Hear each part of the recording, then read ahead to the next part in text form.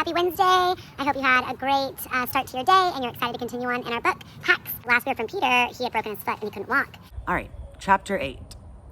The sound Peter most loved in the world, the leather-to-leather smack of ball and glove, was so real in his dream that he smiled as he opened his eyes, and then yelped in shock. A woman stood over him, tossing a baseball into a glove. She wore patched overalls with faded bandanas knotted along the straps, and her hair was a spiked mess that shook as she cocked her head to study him. He scrambled backward along rough wooden floorboards, crying out again, this time at the pain shooting up from his right foot. It all came back fast. In rising panic, he looked around for his pack. There it was, behind the woman, its contents strewn across the floor. She came closer and thumped the ball into the glove a little harder. His ball and his glove, Peter realized. The ball that had been in his pack. The glove he'd been sleeping on. He strained up. Hey, that's my stuff. What are you doing here? At that, the woman threw back her head and barked something between a laugh and a snort. She pitched the ball and glove away and crouched down to eye him, one hand wrapped around a clutch of feathers she wore on a rawhide strip around her neck.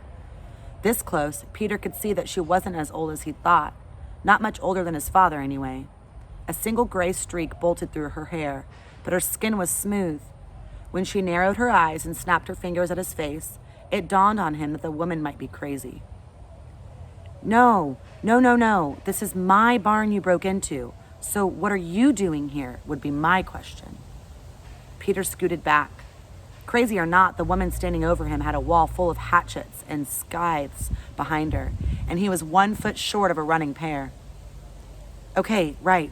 I hurt my foot last night. I'd passed your barn, and I needed a place to stay, so look, I'll go. Not so fast. What do you mean you passed my barn? This is private property, and I'm in the middle of nowhere. The woman straightened her full height, and Peter edged back even further. I was taking a shortcut home from the practice he'd been to the day before flashed before him. He nodded to his ball and glove. From batting practice. You are coming home through my land from batting practice. Then the first thing I am wondering is why you don't have a bat. She tossed a hand towards his stuff. Why you carry a roll of duct tape, garbage bags, and a charm bracelet, clothing, food, and water, but no bat, eh, boy? The way she said boy, silky and stretched out to 2 syllables, made him realize she had the hint of an accent. Only a hint, as if sometime in her childhood, people around her had spoken a language that was close to singing. Well, I left it. A bat's heavy to carry around. The woman shook her head again, and this time she looked disgusted. She yanked up the left leg of her overalls. Below the knee, her leg was a rough wooden post. She stabbed it down beside Peter. Now, this leg. Oh, this leg is heavy, boy. Solid heart pine, but I carry it around, don't I? The woman peered down at it and seemed to discover something she didn't much like. She pulled a knife from her belt and, with the flick of her wrist, shaved off a chink from just above where her ankle would have been. Then she straightened to face Peter again, the knife jabbing directly at him. So let's try one more time, because I am very curious now. If you were at batting practice, how is it you don't have a bat? Peter dragged his gaze up to the woman's face and then back down to the knife. The blade gleamed long and thin, with an evil-looking curve to it. She was probably crazy, all right. Probably worse. His heart stuttered in his chest, and his mouth was a desert, but he managed to answer, I don't own one. The woman flashed half a grin and a quick wink. Better. Yes, that has the feel of truth. What's your name? Peter told her. So, no bat Peter, what's this about your foot? Peter kept his eyes on the knife as he peeled the sweatshirt from his foot. The pain of just that slight movement shocked him. Shudders racked him, and for the first time he realized how cold he was. I twisted it. The woman crouched down, her wooden leg angled out awkwardly. Peter looked away. Don't move. Before he could even register what was happening, the woman slipped the cool blade of her knife inside his sock and with a quick stroke, slit it open. He pressed his lips together to keep from crying out. His foot was as dark and swollen as an eggplant. You walked on this? Peter pointed to the branch beside him. I broke it off, made a cane. His finger was shaking. He dropped his hand. The woman nodded again and then cupped her hands around his heel. I'm going to move this around, she warned. You ready? No, don't touch it. But the woman began to probe his foot, calling commands. Move your big toe, now all of them, and the foot side to side. Peter winced at the pain, but he did everything she asked. You're lucky, she said. setting Peter's foot down onto his sweatshirt. A non-displaced fracture of the 5th metatarsal. That's a single clean break in the outermost bone of the foot. Lucky? How is a broken bone lucky? The woman reared back, slammed her wooden leg down near his hand, and then stabbed her blade into the wood. Oh, I don't know. Let's see. How is only a broken bone lucky? Okay, I get it. Sorry. She tugged the knife from her leg and pointed it at him. You're young. You'll be in a cast for maybe 6 weeks. Heal just fine. How do you know this stuff? Are you a doctor or something? I was a medic. Another life. The woman hoisted herself up and looked down at Peter as if she just put it together. A runaway. She crossed her arms over her chest and cocked her head at him. Yes? Are you running away? No, I was just out hiking. She clapped her hands to her ears and frowned. I'm sorry, I couldn't hear you. My lie detector was going off. Try again. Are you running away from home? Peter sighed. Not exactly. Then what exactly were you doing last night passing through my land with your extra clothes and your supplies? Know that, Peter. Well, I'm not running away from home. I'm running away to home. Oh, that's a twist. Continue. Peter looked out the window over the workbench. Tall pines pierced a pale morning sky, and a bunch of crows argued noisily at the top branches. If there were a story he could tell that would get him out of this barn and back on the road to Pax, he would tell it. He would disappear into the day, fractured 5th metatarsal and all. But if such a story existed, he couldn't think what it was. He slumped against the wall. The war. It's heading for our town. They'll take the river. My dad had to go serve. My mom died, so it's just us. So he brought me. How old is this father of yours? What? He's 36. Why? Then he didn't have to do anything. If there's a draft, it's for 18 to 20-year-olds. Still kids, easy to brainwash. So if your father went, he volunteered. It was his choice. Let's start this story off with the truth. That's the rule around here. Okay, sure. He chose to go, and he brought me to my grandfather's, and you didn't like it there?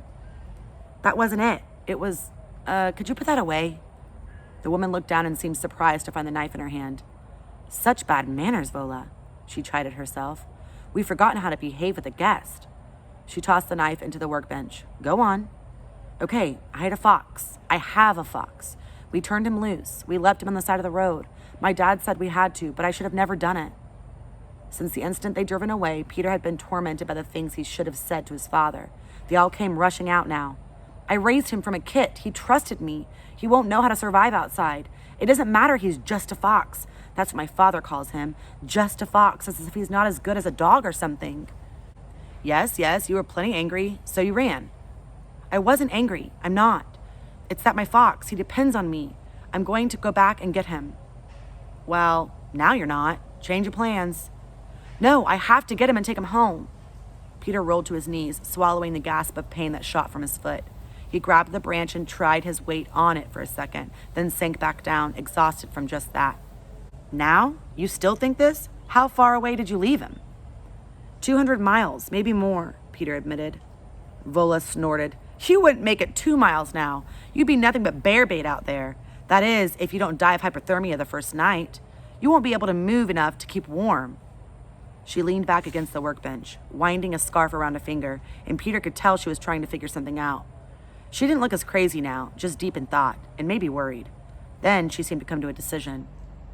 Someone is bound to come looking for you. I can't have that. I need you gone. But I can't send you out like this. I have enough on my conscience. I will bind that foot and give you something for the pain, something that's legal to give a child, and then, I'm not a child. I'm almost 13. Vola shrugged. And then you will leave. There's a garage not far down the highway. Call this grandfather of yours, have him come get you. I'm not going back. I'm going to get my fox. Not like this, you're not. You cannot bear your weight on that broken foot until the bone heals. 6 weeks at least. Maybe you try again then. 6 weeks? No, that would be too late. My fox. Remember, boy, I know a little something about traveling on one leg. To get around before that bone heals, you'd have to learn to carry yourself from your shoulders and your arms. You'd have to become strong in new ways. Almost impossible for an adult. Never mind a child. I'm not a child. Vola swept up a silencing hand. So you will go back now and have that broken bone set. But first, I will bind it for you and fix you something better than that branch you walk with. Vola pushed herself off the workbench and left the barn. Peter watched her disappear down a pine frame path, rolling with a limp so deep that it looked painful. Then he crawled across the floor and stuffed his belongings back into his pack. He pulled himself up to the workbench. The effort made him dizzy, and he had to white-knuckle the wood until his head cleared. His foot throbbed fiercely when he was upright, and by testing it slightly, he knew he wasn't going to be able to walk on it. Vola would bind it, though. He'd be able to walk on it then. He had to. He hoisted himself onto the bench to wait. He hadn't been able to see much of the barn the night before, even with the flashlight. Now he took it in. The floor was swept bare, with bags of seed and fertilizer stacked neatly by the door. The place smelled of clean hay and wood, and not of animals, although he could hear chickens nearby. The workbench took up a whole gable wall on the barn. It was lined with small tools and pieces of wood. Opposite, dark against the bright rectangle of the doorway beside it, draped burlap covered a bunch of things mounted on the wall. Another convulsion of shivers shook him, this time not from cold. The covered mounds were shaped like human heads. Any number of perfectly harmless things could be hanging on a barn wall, but what they really looked like were human heads. His throat went dry and his heart began to kick hard. He'd been stupid and careless. Probably the crazy woman was going to let him go. Why wouldn't she let him go? But maybe she wasn't. He found the knife she'd left and wrapped his palm around its smooth grip. Vola had the upper hand in whatever was going to happen between them, but that didn't mean he couldn't defend himself. He slid the blade into his pocket just as she appeared in the doorway. "Drink this." She handed Peter a mug and set a bowl beside him. Peter sniffed at the mug. "Cider. There's a measure of willow bark in it, so drink it all." Willow bark? Aspirin in the wild. Peter put the mug down. He wasn't going to drink a crazy woman's brew. "Suit yourself." Vola took up the bowl, began stirring the green paste inside with her finger. "What's that?" "Poultice, with arnica for the bruising and comfrey for the broken bone." She gestured for him to prop his foot on the bench. The poultice felt cool and soothing as she eased it over the hot, tight skin. She untied a bandana from her overall strap and wrapped it around his foot, binding it with the second scarf so that it felt secure. Then she straightened up, wiping her hands on her overalls. "How tall are you?" 5'3". Why?" Vola didn't answer. She rummaged through a stack of lumber, brought several long, narrow pieces over to a pair of sawhorses, and began sawing them into paired lengths. The cut wood smelled fresh and clean, as she nailed short boards across the tops of two longer ones. Peter understood. Crutches. She was making him a pair of crutches. The knife he'd stolen grew heavier across his thigh. In a few minutes, Vola had angle braced the top boards and screwed on hand rests. She measured the crutches against him, then sawed an inch off the bottom of each. Then she rolled out an old tire from the corner of the barn. She went to her workbench. She scanned its length. Peter's cheeks burned as she turned to him. "Did you take my knife?" Her voice had turned dangerous, like something that could burst into flame and peel the roof off the barn. Peter felt dizzy and his heart began to thud again. He pulled the knife out and handed it to her. "Why?" Peter swallowed hard. His words were gone. "Why?" Because I was afraid you might kill me." "Kill you?" She eyed him hard. "What? Because I live out in the woods? That makes me a murderer?" Peter raised a shoulder toward the wall of bladed tools. "My tools? I have 20 acres of trees to care for, and I'm a wood carver. You thought they were weapons?" Peter looked away, ashamed. "Look at me, boy." He turned back. "Maybe you're not wrong," she said, locking his gaze. "Maybe you see something. Maybe I am." She raised her hands slowly, pinched her fingers together in front of Peter's face, then suddenly flicked them open. Boom! Dangerous, like that, no warning. Peter flinched. "No, I'm sorry, I was wrong." Vola shot a palm at him and spun away. She cut 4 strips of rubber from the tire, then wrapped them around the crutches' tops and grips and secured them with twine in silence. She held the crutches out. Peter placed one under each arm and eased himself to the floor. It was an immediate comfort to be upright and balanced, with his injured foot safely tucked up.